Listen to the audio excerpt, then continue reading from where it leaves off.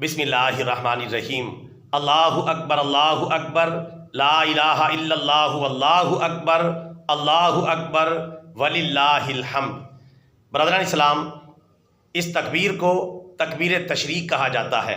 ہر مرد و عورت جو عاقل و بالغ ہے اس پر لازم ہے کہ یہ تکبیر کے الفاظ ضرور یاد کر لے، کیونکہ اسلامی شریعت کے مطابق، قرآن و سنت کی تعلیمات کے مطابق 9 ذی الحج کی فجر کی نماز سے لے کر 13 ذی الحج کی عصر کی نماز تک، یعنی پورے 5 دن ہر فرض نماز کے بعد یہ تکبیر ایک مرتبہ اونچی آواز سے پڑھنا واجب ہے، لازم ہے اور ضروری ہے، اور 3 مرتبہ پڑھنا افضل ہے۔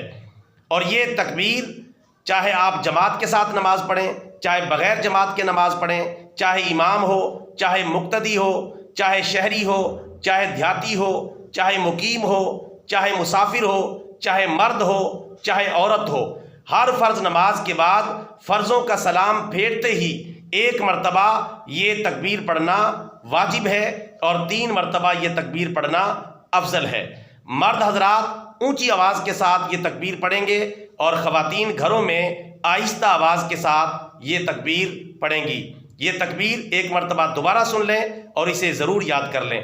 اللہ اکبر لا الہ الا اللہ واللہ اکبر وللہ الحمد۔